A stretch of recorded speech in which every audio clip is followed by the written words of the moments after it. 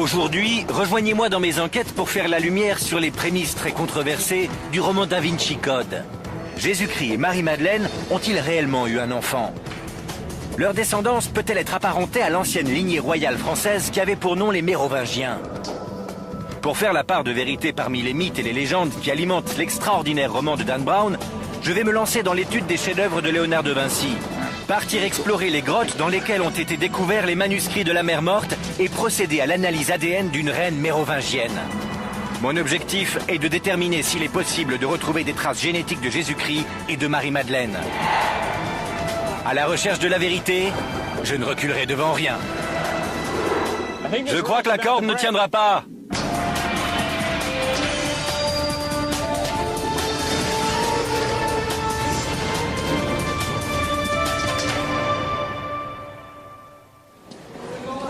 Da Vinci Code est un phénomène planétaire, un best-seller et une gigantesque production hollywoodienne.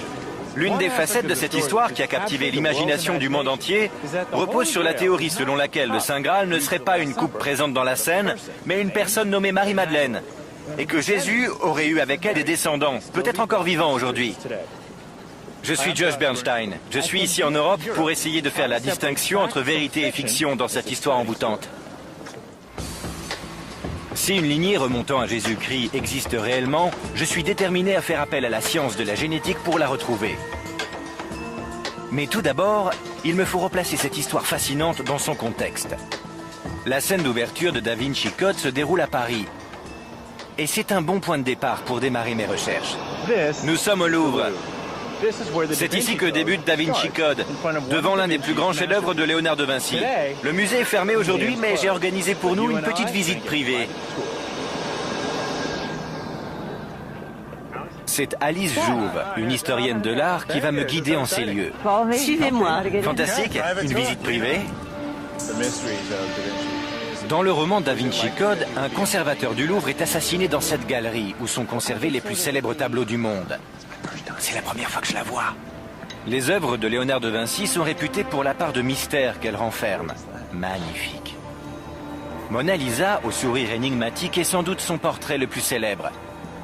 Mais je suis venu ici pour étudier deux autres œuvres de Léonard de Vinci. D'après le roman de Dan Brown, Léonard de Vinci avait connaissance d'un secret qui aurait pu ébranler les fondements du christianisme. Alors, pour ne pas exposer ce secret au grand jour, le peintre a caché des indices dans ses tableaux. C'est la Vierge au rocher. Quel est le mystère associé à cette toile? Elle relate l'histoire d'un épisode tiré des évangiles apocryphes, durant lequel la Sainte Famille vient accueillir Jean-Baptiste lors de la fuite en Égypte. Et tous trouvent refuge dans cet abri de pierre. Qui est qui? Alice Jouve m'explique que cette toile illustre une rencontre entre Jésus-Christ et Saint Jean-Baptiste, qui d'après certaines croyances aurait eu lieu lors de la fuite vers l'Égypte. Ce voyage est brièvement évoqué dans l'Évangile selon saint Matthieu, mais il est bien plus détaillé dans les évangiles apocryphes qui ne font pas partie de la Bible. Mais Alice Jouve me révèle également que Léonard de Vinci était un novateur. Il ne représentait pas les scènes bibliques selon les attentes de ses clients. Ce tableau est particulièrement ambigu. On a du mal à savoir qui des deux protagonistes bénit l'autre. J'imagine que s'il s'agissait de Jean-Baptiste avec l'archange Uriel, et que c'était Jésus avec la Vierge Marie, ce qui me paraît logique... Oui. Alors on peut affirmer que c'est Jean-Baptiste qui bénit l'enfant Jésus. C'est possible. Mais dans ce cas, pourquoi les dépeindre d'une manière qui porte à confusion? C'est à De Vinci qu'il faudrait le demander. Mais l'œuvre la plus controversée de Léonard de Vinci est bien plus ambiguë encore. Il s'agit d'une fresque ornant les murs d'un couvent à Milan. Elle représente la scène, le dernier repas du Christ. D'après le roman Da Vinci Code, la personne assise à la droite de Jésus, que l'on suppose être le jeune et imberbe apôtre Jean, serait en réalité Marie-Madeleine. Mais plus surprenant encore, le roman nous révèle qu'elle occupe la place d'honneur lors du dernier repas, parce qu'elle serait l'épouse de Jésus. Autre affirmation, la coupe de vin du Christ, plus communément appelée le Saint Graal, n'est visible nulle part. Le roman soutient la thèse selon laquelle cette absence de coupe ferait partie d'un code très élaboré que Léonard de Vinci aurait glissé dans son œuvre. Le plus grand secret de ce code, c'est que le sang du Christ ne serait pas contenu dans une coupe, mais dans les entrailles de Marie-Madeleine. D'après le roman, Léonard de Vinci avait connaissance de ce détail, car il était l'un des grands maîtres du prieuré de Sion, une organisation secrète, gardienne de la lignée d'essence divine.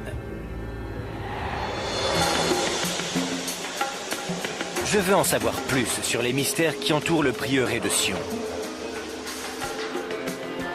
Je me rends dans le sud de la France, dans un petit village situé au sommet d'une colline qui a pour nom Rennes-le-Château.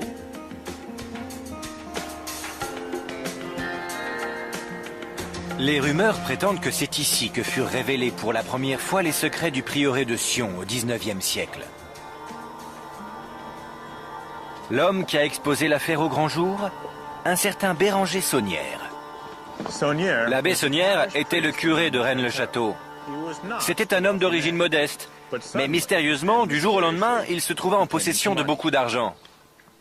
Une énorme somme d'argent, dont personne ne put jamais expliquer la provenance. Nous y voilà. Touvia Fogel, qui est chercheur, me montre comment l'abbé Saunière a employé sa mystérieuse fortune. Voici la tour de Magdala, sans doute l'édifice le plus célèbre que l'abbé Saunière ait fait ériger ici à la fin du XIXe siècle. Elle ressemble à une forteresse du XVe siècle, mais c'était sa bibliothèque qui renfermait des centaines de livres et dans laquelle il passait de longues journées à étudier. Et il a fait construire cette tour de bout en bout? Oui, il n'y avait rien auparavant. Mais où est-ce qu'il a trouvé l'argent pour réaliser des constructions comme celle-ci? Certains prétendent qu'il se livrait à un trafic de messes, d'autres qu'il aurait été payé par des membres de l'aristocratie européenne pour trouver des documents concernant leur lignée. Mais il a obtenu cet argent quelque part et à l'époque, cela représentait par ailleurs une somme colossale.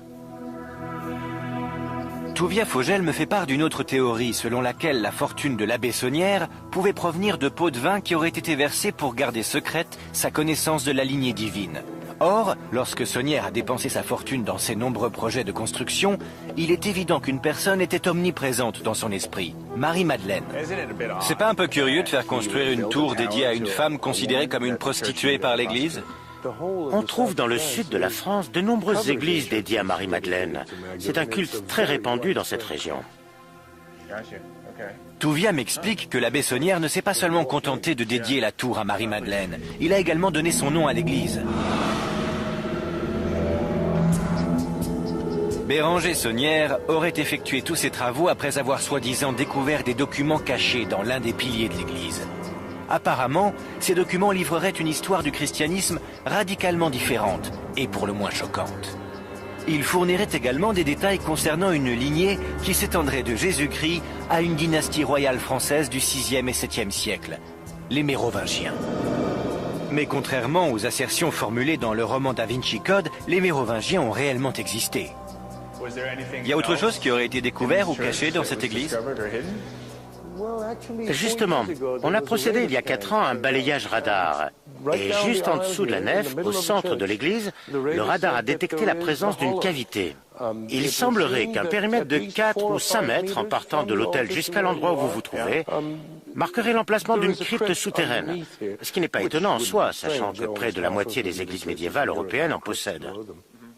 Vous me dites que le radar a confirmé la présence d'une cavité sous mes pieds? Absolument, il est tout à fait possible qu'il s'agisse du lieu de sépulture d'un membre de la noblesse mérovingienne ou, qui sait, peut-être même d'un roi mérovingien. Mais comment Marie-Madeleine aurait-elle pu être apparentée à une famille royale française du 6e siècle? Et ce lien pourrait-il être génétique? Dans quelques instants, je me rends sur la côte méditerranéenne pour découvrir la légende d'un étonnant voyage au 1er siècle, avant de pénétrer dans la crypte des reines et des rois mérovingiens.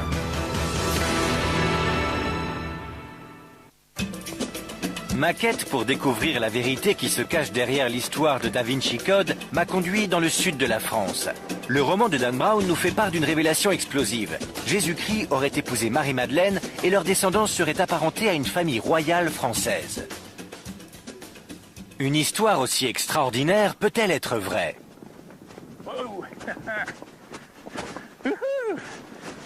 Bienvenue en Camargue. Une région mondialement réputée pour ses chevaux sauvages. Cet endroit est également connu pour être le point d'arrivée de voyageurs peu ordinaires. D'après une légende locale, ce serait ici que Marie-Madeleine et ses compagnons auraient accosté, au terme d'un long voyage depuis la Terre Sainte. La légende raconte qu'ils fuyaient les Romains, et ils avaient de bonnes raisons de vouloir leur échapper. Marie-Madeleine avait avec elle un enfant qui n'était autre que la fille de Jésus-Christ.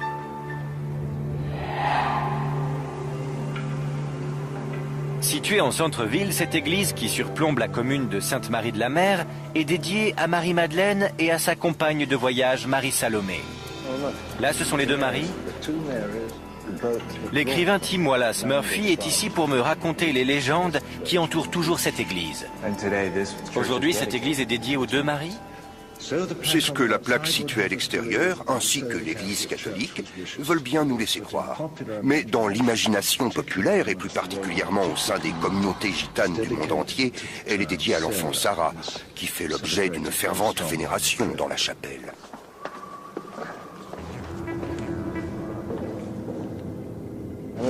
Comme vous pouvez le voir, d'après ces cierges, ceci est le cœur spirituel de l'Église. Cette dame est hautement vénérée. C'est donc Sarah? D'après la tradition de l'Église, elle était la servante de Marie-Madeleine et de Marie-Salomé. Selon une autre tradition, elle serait la fille de Jésus et de Marie-Madeleine. Quelle est la probabilité que Jésus ait eu un enfant? C'est incontestable, cela ne fait aucun doute. Il y a 3 traditions juives qui se rejoignent pour renforcer cette thèse. Premièrement, tous les hommes juifs ont pour devoir de se marier et d'engendrer une descendance. Dieu a dit « Allez et multipliez-vous » et le peuple juif était très respectueux de la loi. D'autre part, en tant que rabbin, Jésus aurait dû être marié et avoir des enfants, car il est dit dans le Nouveau Testament que Jésus était rabbin. Qu'en est-il d'une éventuelle lignée dont on pourrait retrouver la trace? Il est presque certain qu'il y en a une. Et on pourrait l'établir s'il n'y avait pas un vide administratif et documentaire entre la chute de l'Empire romain et, disons, le Xe siècle. Mais il y a une théorie selon laquelle on retrouverait une trace de cette lignée chez les Mérovingiens, et Dan Brown a repris cette thèse dans son roman. La plupart des spécialistes en études bibliques ne partagent pas la conviction de Tim Wallace Murphy quant à la situation de famille de Jésus. En revanche, l'existence d'une famille royale mérovingienne est quant à elle indéniable. Voilà qui est intéressant. Réfléchissez à cette série d'hypothèses. Si Jésus avait été marié, aussi insensé que cela paraisse, si Marie-Madeleine et lui avaient eu un enfant, si cet enfant était arrivé dans le sud de la France, et s'il était à l'origine de la dynastie mérovingienne, serait-il possible de trouver encore aujourd'hui des traces de cette lignée royale? Il n'y a qu'un seul moyen de le savoir. Je pars retrouver l'un des plus grands experts européens habilités à effectuer des analyses sur des ADN anciens. Je veux procéder à une recherche couvrant une période de 2000 ans sur une lignée dont les origines remonteraient de la Terre Sainte pour s'étendre jusqu'en Europe. À l'université de Louvain en Belgique, le professeur Jean-Jacques Cassiman a déjà étudié l'ADN de la famille royale française. Il a récemment mis un terme à une ancienne polémique en prouvant, ADN à l'appui, que le fils supposé de Marie-Antoinette et de Louis XVI était bel et bien l'enfant dont le corps avait été retrouvé au temple. C'est le scientifique idéal pour m'aider dans mes recherches. J'étudie le roman Da Vinci Code et la théorie de la descendance de Jésus, des Mérovingiens à aujourd'hui. Oui. J'aimerais savoir comment la science de la génétique peut m'aider dans ma quête. Voyez-vous, la fréquence de certains types d'ADN varie d'une communauté ou d'une population à l'autre. Et c'est sur ce point qu'il faut concentrer ses recherches. En d'autres termes, il faut essayer de déterminer quelle est la fréquence des profils ADN particuliers dans la communauté dont Marie-Madeleine était originaire. Ça veut dire que vous avez une base de données consignant des marqueurs génétiques d'individus à travers le monde entier, Oui. et vous pouvez déterminer lesquels d'entre eux sont originaires du Moyen-Orient? Oui. Pour que ma quête soit réaliste, où dois-je me rendre et que dois-je vous ramener concrètement? Et si vous ne pouvez pas retrouver Marie-Madeleine, la meilleure alternative serait d'obtenir des ossements ou des restes d'un individu qui serait un de ses descendants potentiels, afin que nous puissions les examiner. Le professeur Cassiman me confie que si je parviens à me procurer un fragment d'os appartenant à une personne issue de la lignée de Marie-Madeleine, son laboratoire sera en mesure de rechercher toute trace d'ADN intacte. Ce qui implique une opération consistant à réduire en poudre les ossements, puis en extraire et agrandir toute trace d'ADN encore présente dans les fragments. Il m'explique que seul l'ADN mitochondrial peut être identifié dans des restes aussi anciens. Il s'agit d'une molécule d'ADN qui demeure intacte durant des milliers d'années. Admettons que je sois capable de me procurer un échantillon d'ADN mitochondrial. Oui. Comment cela peut-il m'aider à prouver ou non que cette personne est apparentée à Jésus? L'ADN seul ne pourra rien vous révéler. Il faut le comparer à un autre élément. Il faut prélever des échantillons parmi la communauté à laquelle il appartient et vérifier si l'origine supposée des ossements et celle des personnes prélevées est la même. Si les théories avancées dans Da Vinci Code sont avérées, alors je dois m'attendre à trouver des marqueurs génétiques de type moyen-oriental dans l'ADN mérovingien. Oui, et nous pourrons ainsi comparer les deux populations, dont celle du Moyen-Orient en l'occurrence, et définir s'il y a oui ou non compatibilité. Alors la meilleure chose à faire à présent, et j'ignore si j'en ai la possibilité, c'est de trouver un monarque mérovingien qui pourrait nous fournir son ADN. Oui, tout à fait. Bonne chance. Merci. Je n'ai plus qu'à retourner à Paris. D'accord. Et je vous tiens informé.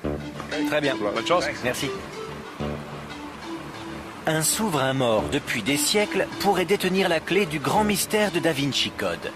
Mais quelle chance a-t-on de pouvoir trouver un squelette royal près de 1500 ans après les faits? Pour me pencher sur cette question, je me suis rendu dans la somptueuse basilique de Saint-Denis, située dans la banlieue nord de Paris. C'est ici même, sous les pavés de ce sol très ancien, que les archéologues ont fait une découverte tout à fait étonnante. J'ai rendez-vous avec Daniel Perrier, l'un des plus grands experts français de l'époque mérovingienne. Il me dit que cette basilique n'est pas seulement un lieu de culte, mais que c'est aussi le site de sépulture de la monarchie française depuis la toute première dynastie. Celle qui m'intéresse est la mérovingienne. Normalement, le public n'est pas autorisé ici. Excellent. J'ai un accès spécial. C'est l'aventure. Ça alors. Voici les sarcophages. On compte une soixantaine de tombeaux mérovingiens. Une soixantaine? Oui, une soixantaine. Tous des nobles. Tous ces sarcophages, ça donne la chair de poule. Oui. Cet endroit est immense. Oui, et une partie reste encore à dégager. Vous voyez, au-delà de ce mur, au fond, il reste des sarcophages qui attendent d'être exhumés. Et on sait qui se trouve à l'intérieur? Non, on n'en sait rien. Vraiment? Oui, on l'ignore. Tous des mérovingiens dont on ignore le nom.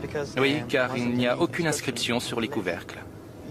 À l'exception toutefois d'une reine prénommée Arégonde, que l'on a pu identifier grâce à ses bijoux. Ah oui, vous savez qui elle est grâce à ses bijoux? Oui. Excellent. Où sont ces restes? Ils se trouvent au musée d'archéologie nationale. Ai-je la possibilité de les voir? Oui, bien sûr. Vraiment? Oui. Parfait. Le sarcophage de la reine Arégonde se trouve désormais à l'étage avec le reste de la monarchie française. Mais sa dépouille est conservée de l'autre côté de Paris, au musée des Antiquités nationales de Saint-Germain-en-Laye. Les restes de la reine Arégonde pourraient constituer un indice d'une importance capitale. Quelles réponses génétiques peuvent nous offrir les ossements de cette reine mérovingienne?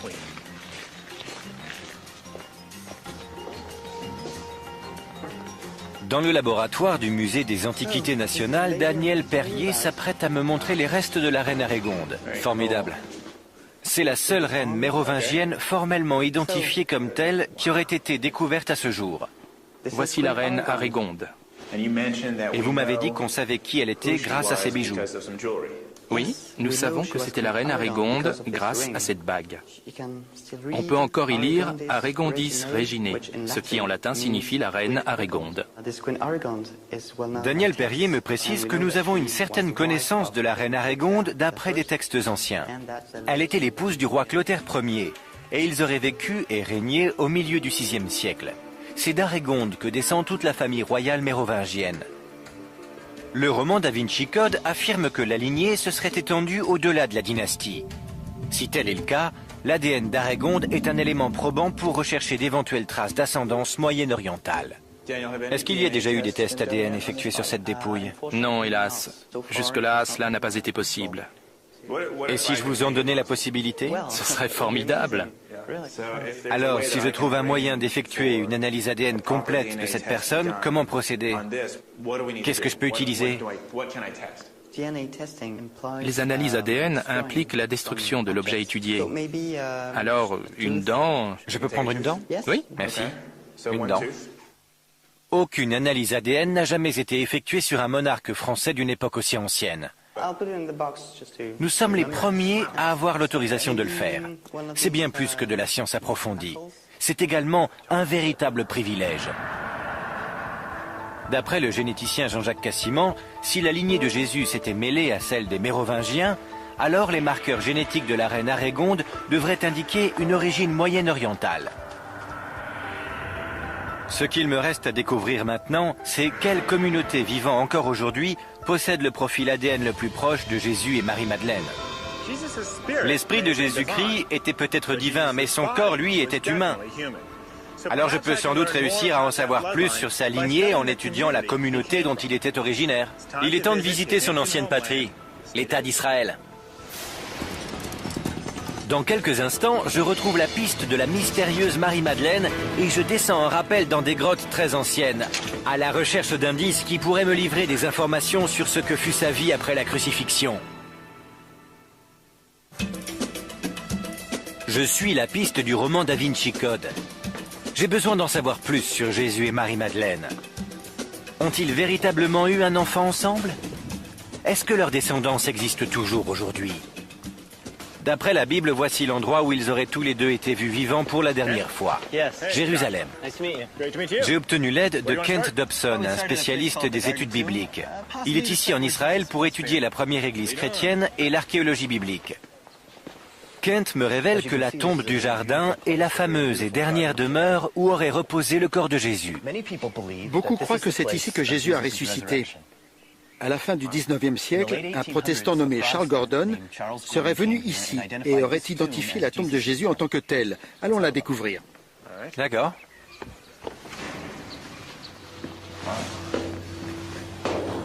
Est-ce ou non la véritable tombe? C'est encore aujourd'hui matière à controverse. De même, le lieu de l'apparition de Jésus après son inhumation est un sujet qui continue d'alimenter de nombreux débats.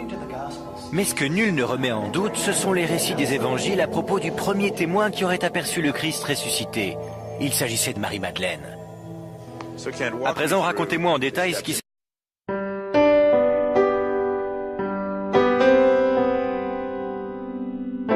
passé après la résurrection. D'après les évangiles, un groupe de femmes serait venu se recueillir sur la tombe de Jésus. Et d'après l'évangile selon Saint Jean en particulier, c'est Marie-Madeleine qui aurait eu en premier une conversation avec Jésus, ici, dans ce jardin. Tout d'abord, elle ne l'a pas reconnu. Elle a cru qu'il s'agissait du jardinier. Puis, au fil de la discussion, elle a fini par reconnaître son interlocuteur et elle prononce le terme « rabboni », probablement en araméen, ce qui signifie « mon rabbin ».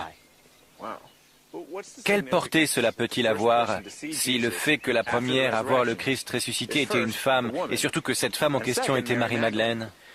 C'est tout à fait singulier, car nous avons affaire à une société très patriarcale, et on peut légitimement s'attendre à ce que les témoins soient des hommes, surtout si cet événement spectaculaire est destiné à être consigné.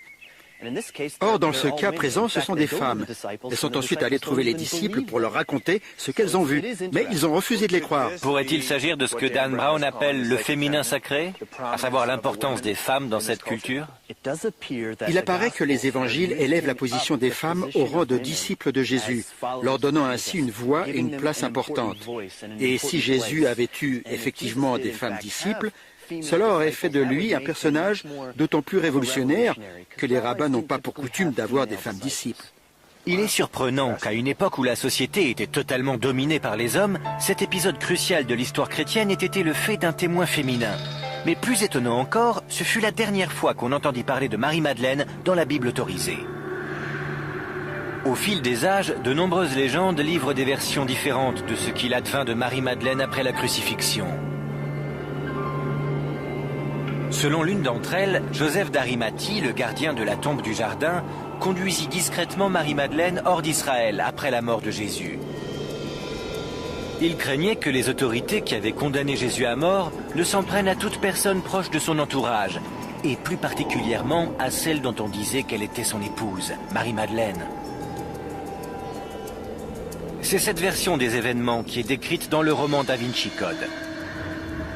Mais existe-t-il la moindre preuve qui pourrait soutenir cette thèse? D'après le roman Da Vinci Code, les indices permettant de faire la lumière sur la véritable histoire de Jésus, de Marie-Madeleine et du Saint Graal ont été retrouvés ici, dans les grottes de Qumran, en plein cœur du désert de Judée. Une communauté juive religieuse, les Esséniens, vivait sur les hauteurs surplombant la mer Morte à l'époque de Jésus. Ils seraient les auteurs présumés d'une collection de parchemins appelée les manuscrits de la mer Morte. Le roman Da Vinci Code affirme que ces textes, ainsi que d'autres documents retrouvés en Égypte, livreraient une version alternative des événements qui auraient suivi la mort de Jésus. Maintenant, la descente en rappel. Sur quelle distance on descend? 53 mètres environ. Parfait, d'accord. Ça va être amusant. Ouais, très bien. On se retrouve en bas.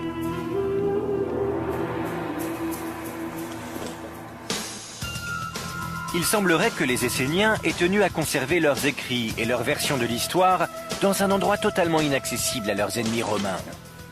Parfait. Et ils ont réussi, bien au-delà de leurs espérances. En effet, les manuscrits de la mer Morte ne furent découverts qu'en 1947. Je veux voir par moi-même l'endroit où ces documents ont été cachés et comment ils ont pu ainsi rester secrets durant près de 2 millénaires. Je suis stupéfait car certaines de ces grottes sont particulièrement reculées. Ceux qui ont découvert les manuscrits n'avaient pas d'équipement pour l'escalade et pourtant, ils les ont retrouvés dans les endroits les plus difficiles d'accès de Qumran. C'est à se demander comment ils y sont parvenus. Le roman Da Vinci Code indique que les documents découverts ici révèlent ce qu'il advint de Marie-Madeleine après la crucifixion de Jésus. Mais que nous dévoile-t-il réellement au sujet de Jésus et Marie-Madeleine? Il y a des centaines de grottes dispersées autour des falaises surplombant le ravin de Qumran. Pourtant, il faudra attendre le siècle dernier avant qu'on ne commence à les explorer. La plupart des grottes étaient vides. Mais les précieux manuscrits ainsi que des fragments de manuscrits furent découverts dans 11 d'entre elles. Excellent. Ça, ce sont des restes de poterie datant de la période du Second Temple. Ça fait 2000 ans qu'elles sont là, c'est incroyable. On va voir jusqu'où on peut remonter. Quelle poussière! Allons-y.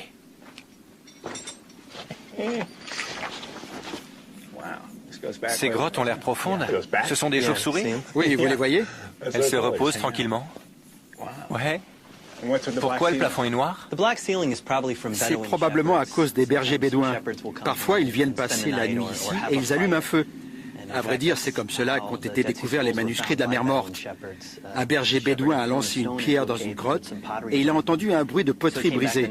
Alors, il est revenu le lendemain et il a trouvé tout un ensemble de pots cassés ainsi que des manuscrits et des fragments de manuscrits qu'il a ensuite vendus sur un marché d'objets anciens contre quelques pièces. Qu'est-ce que les manuscrits nous apprennent au sujet de Jésus et de Marie-Madeleine? En ce qui concerne Jésus, aucune mention n'est faite de lui. Il en va de même pour Marie-Madeleine, Jean-Baptiste, le christianisme ou les disciples de Jésus. Les manuscrits de la mer Morte ne disent rien sur ce point. Vraiment?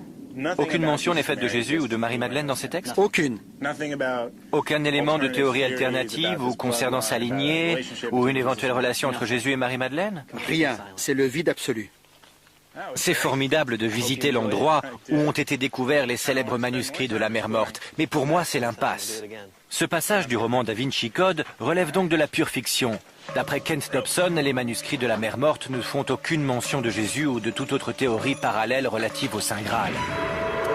Cependant, Kent me confie que les autres documents retrouvés en Égypte et mentionnés dans le roman Da Vinci Code existent réellement et qu'ils citent Jésus et Marie-Madeleine. Ces versions alternatives de l'histoire chrétienne sont appelées les évangiles gnostiques. On trouve même parmi ces textes un évangile de Marie-Madeleine. Malheureusement pour les experts, la plupart de son contenu est manquant. Toutefois, d'autres références sont disponibles. La plus captivante est l'évangile gnostique de Philippe, qui fait allusion à une relation privilégiée entre Jésus et Marie-Madeleine, bien plus intime que celle qui est décrite dans la Bible.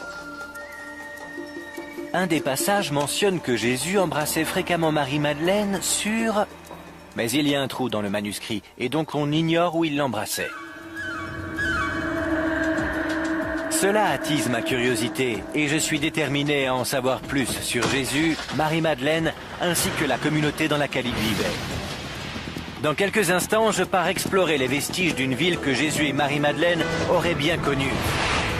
Et je vais me servir de la langue qu'ils parlaient pour tenter de retrouver les descendants de leur communauté. J'enquête au sujet de la révélation surprenante qui a été faite dans le roman Da Vinci Code, selon laquelle une lignée remontant de Jésus-Christ à une famille royale française existerait peut-être encore aujourd'hui. J'ai prélevé un échantillon provenant des restes de la seule reine mérovingienne identifiée comme telle, et je l'ai fait parvenir, pour une analyse ADN, à un laboratoire spécialisé. À présent, il me faut prélever un échantillon d'ADN de type moyen-oriental afin de le comparer à celui de la reine. Kent Dobson, un spécialiste en études bibliques, m'aide à retrouver la trace des plus proches descendants encore vivants de la communauté à laquelle Jésus et Marie-Madeleine appartenaient. Commençons par Marie-Madeleine. Pour quelqu'un qui a été témoin d'un épisode crucial de l'histoire chrétienne, à savoir la résurrection du Christ, nous ne savons étrangement que peu de choses d'elle. En réalité, le seul élément concret que nous possédons est son nom, Madeleine, qui d'après les spécialistes signifie de Magdala. Où sommes-nous? Dans un endroit très peu touristique. Il n'existe pas de ville actuelle ayant pour nom Magdala, mais Kent m'emmène visiter des vestiges, en dehors des limites autorisées, près de Migdal, en Galilée. Il fallait une autorisation spéciale. Quelle est l'histoire de ces piliers? Ils datent du 1er siècle, ce qui correspond à l'époque de Jésus. L'architecture ici est en majorité romaine. Ça alors? Oui. Et les restes de poterie ici, ils datent de la même époque? Oui, vous pouvez les ramasser. Ce sont des petits fragments de poterie. On en trouve partout ici, c'est un peu comme la décharge du monde antique. Kent me confie qu'il tient absolument à me montrer les vestiges de cet édifice antique. Croyez-le ou non, ceci est probablement une ancienne synagogue datant du 1er siècle. Comme vous le voyez, il y a des marches, qui étaient sans doute des sièges, et ici une série de piliers assez petits qui devaient soutenir la voûte du bâtiment. Est-ce qu'on connaît le nom de cette ancienne ville?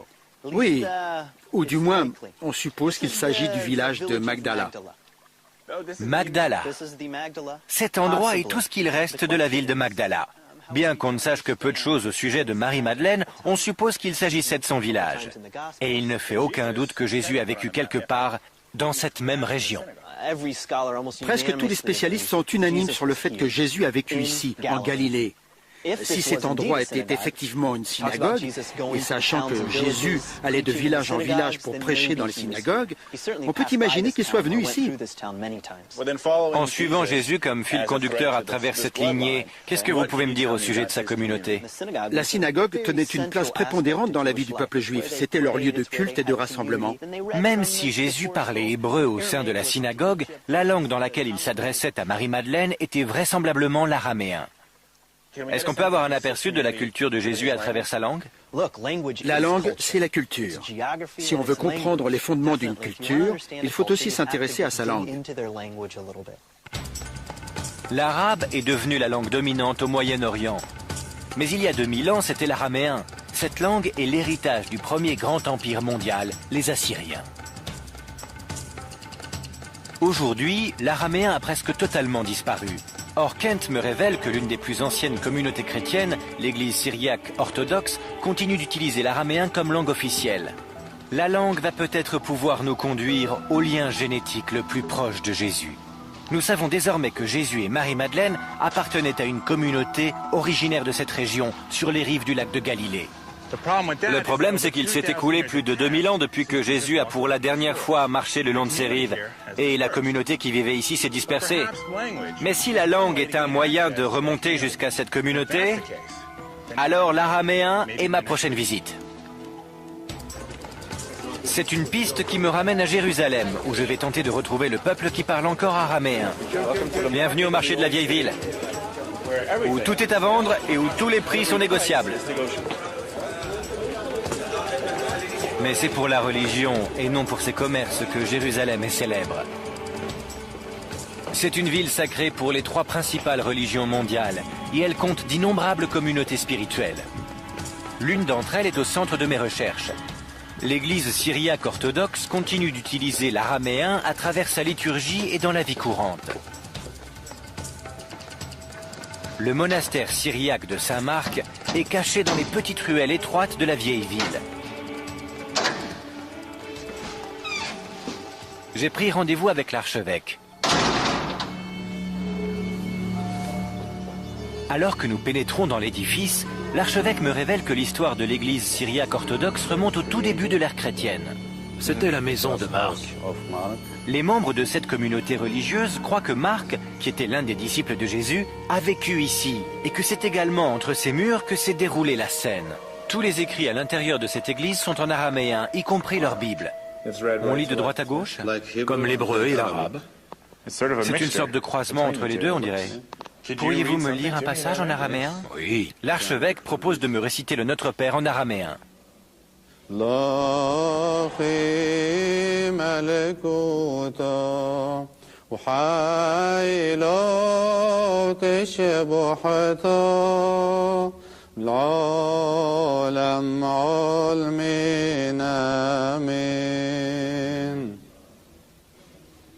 C'est étonnant parce que quand je regarde ces écrits, j'ai du mal à les lire.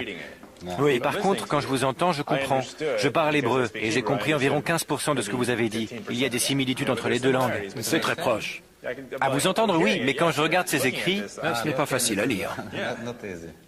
c'est incroyable, car pour moi, c'est quelque chose qui a un sens particulier.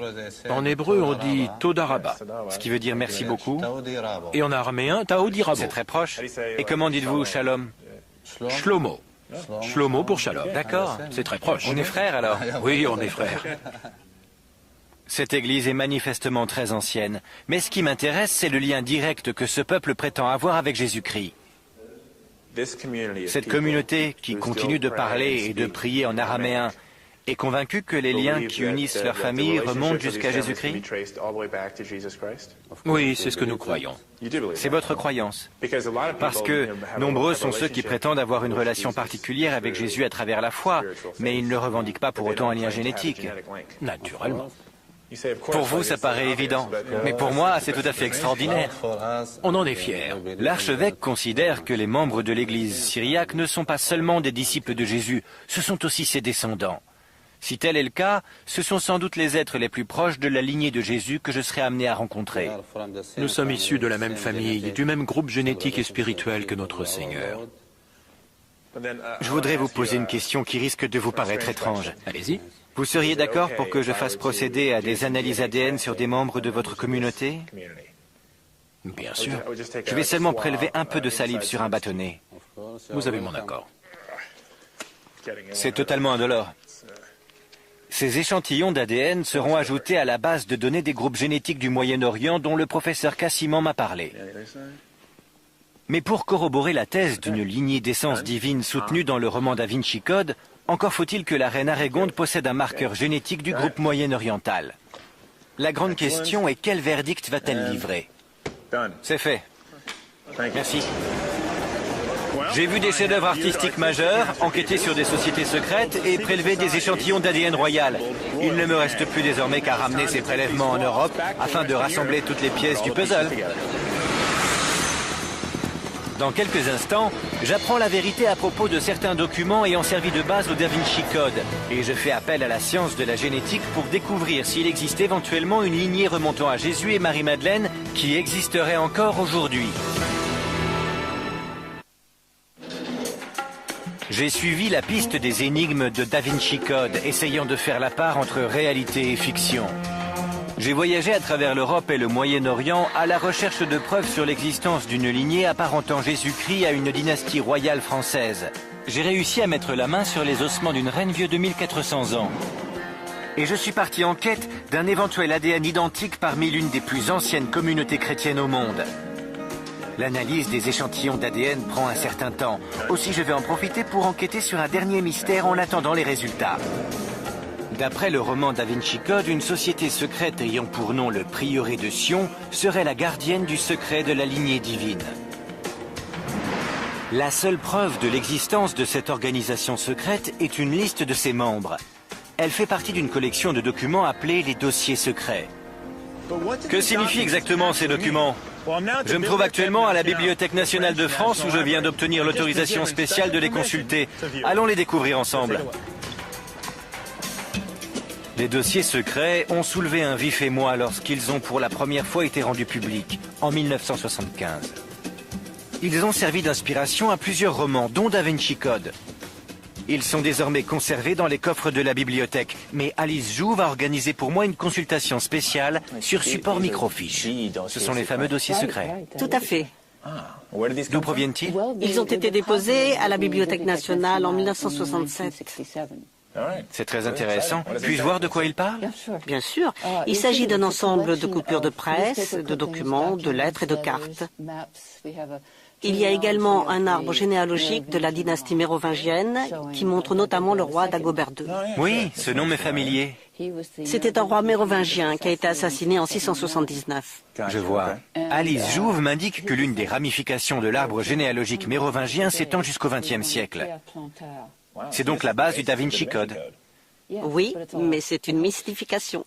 Qu'est-ce que vous dites? Cet arbre généalogique a été fabriqué de toutes pièces par Pierre Plantard. Il n'y a aucune preuve historique permettant d'avancer que Dagobert II aurait eu une descendance. Mais tout ceci, Oui, toutes ces personnes, une pure invention. qu'y a-t-il d'autre?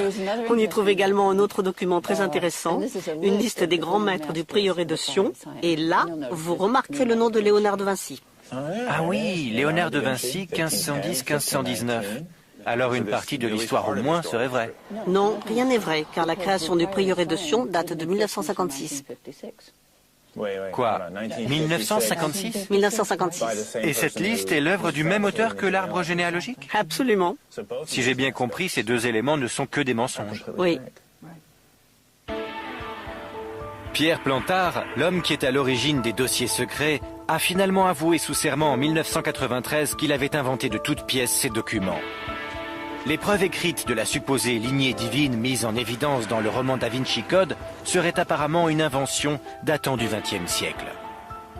Or, comme nous l'avons vu, la croyance selon laquelle Marie-Madeleine serait arrivée ici en Europe perdure depuis des siècles. Je retourne en Belgique, à l'université de Louvain, où le professeur Jean-Jacques Cassimon et son équipe ont analysé les échantillons d'ADN que je leur ai rapportés. Il reste une dernière question encore sans réponse. Existe-t-il un lien génétique entre Jésus-Christ, Marie-Madeleine, leur communauté au Moyen-Orient et la reine Arégonde de la dynastie mérovingienne? C'est ce que nous allons découvrir. Le professeur Cassimon me confie que ce fut une opération délicate. Il est très difficile d'extraire de l'ADN d'un ossement vieux de 1400 ans. Et lorsqu'il s'agit de surcroît d'une reine de France, la pression n'en est que plus grande. Merci. Je suis venu aux nouvelles. Très bien. Il y a une bonne et une mauvaise nouvelle. Nous avons analysé 6 différents fragments provenant des ossements. Et sur 5 d'entre eux, les résultats sont inexploitables, soit parce qu'il n'y a pas de traces d'ADN. Le professeur Cassimon recherche toujours au moins 2 séquences ADN identiques sur des ossements pour assurer la pertinence de ses résultats. Et malheureusement, il ne les a pas encore trouvés. Mais la bonne nouvelle, c'est que le dernier fragment qui provient d'un os du pied nous a donné une séquence parfaitement distincte et l'indication qu'il contient suffisamment d'ADN. C'est une grande nouvelle. Oui, Vous avez le premier ADN d'un membre de la monarchie mérovingienne? absolument. D'accord. Et quel est le résultat de la comparaison avec la séquence ADN des familles du Moyen-Orient? Eh bien, les résultats à ce jour font explicitement ressortir qu'il s'agit d'un ADN typique du groupe européen. Européen. Et pas du Moyen-Orient. C'est clairement un ADN caractéristique des populations européennes. Si c'est bien un ADN de type européen et non pas moyen-oriental, alors la théorie d'une lignée royale remontant de Jésus-Christ à aujourd'hui paraît improbable. Oui, ce serait un miracle. Mais c'est une belle histoire. Effectivement. Mais j'imagine que de nombreuses personnes espéraient trouver une certaine part de vérité dans cette théorie. Et maintenant, le château de cartes vient de s'effondrer. La science n'aide pas, c'est clair. J'ai donc appris 2 choses essentielles. D'abord que les preuves documentaires sur le mystérieux prieuré de Sion étaient fabriquées. Ensuite que la science a écarté toute possibilité d'une lignée royale remontant à Jésus et Marie-Madeleine. Le roman Da Vinci Code est un savant mélange de fantaisie et de légendes qui ont évolué au cours de ces 2 derniers millénaires et qui continueront sans doute à captiver l'imagination du public pendant de longues années. En tout cas, une chose est certaine. D'un point de vue historique, Da Vinci Code relève plus de la fiction que de la réalité.